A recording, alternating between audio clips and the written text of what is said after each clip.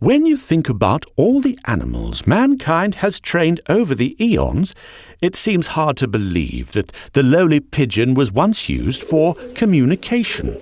After all, these are the same filthy avians that shamelessly leave their droppings on your windshield.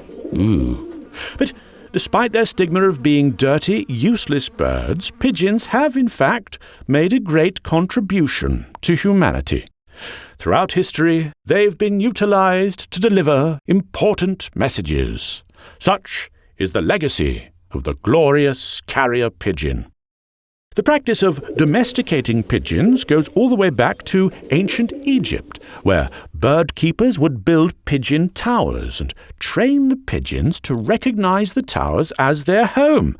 However, one of the earliest recorded instances of pigeons transmitting messages dates back to circa 700 BC, when pigeons were used by the Greeks to deliver the results of, wait for it, yes, the Olympic Games. From then on, carrier pigeons actually held a high status in society.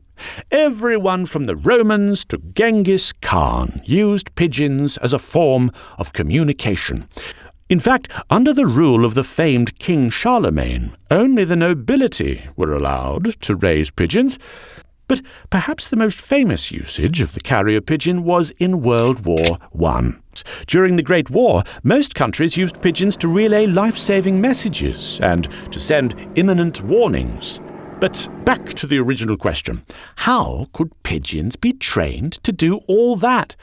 Well, as it turns out, pigeons are quite intelligent, reliable, and easy to train. Maybe that's why Darwin was so fascinated with them.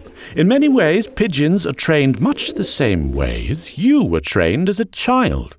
Pigeons are raised by a keeper, and since they're naturally docile, it's a simple matter to breed and domesticate them. They are kept and fed in a coop, loft, or, if you're an ancient Egyptian, a tower, which actually plays a big role in teaching the birds where home is. The idea is that the pigeons will want to come back to their source of food and shelter. Some more extreme, dedicated keepers will raise pigeons in the dark at first to effectively reset their idea of home, especially if they're being retrained. While it's easiest to train pigeons from birth, it's also possible to train or even retrain adult pigeons, although retraining is considerably more difficult. Once the pigeons are acclimated to their new home, usually after a month or so, they're released to fly freely. Amazingly, most often the pigeons will simply fly in circles to get their bearings. Many keepers will make sure the birds are hungry when releasing them for the first time, so they come back for food. After another month, the birds are released farther from home. Most keepers start by taking the birds about a quarter mile away, making sure the coop is still in eyesight. Then, gradually, the pigeons are taken farther and farther away until the desired distance is reached. You might have noticed that, much like Mexico City roads, carrier pigeons are one way. They're only trained to fly home. When the time comes, the message is attached to the pigeon's leg and it's set free to fly back to its familiar destination. So, next time you see one of these winged beauties of the sky, point aloft and coo in wonder. Then feel free to chuckle that they were once the ancient world's answer to email. Alas, how they've fallen from their former glory. In any case, that, my friends, is how the humble carrier pigeon is trained.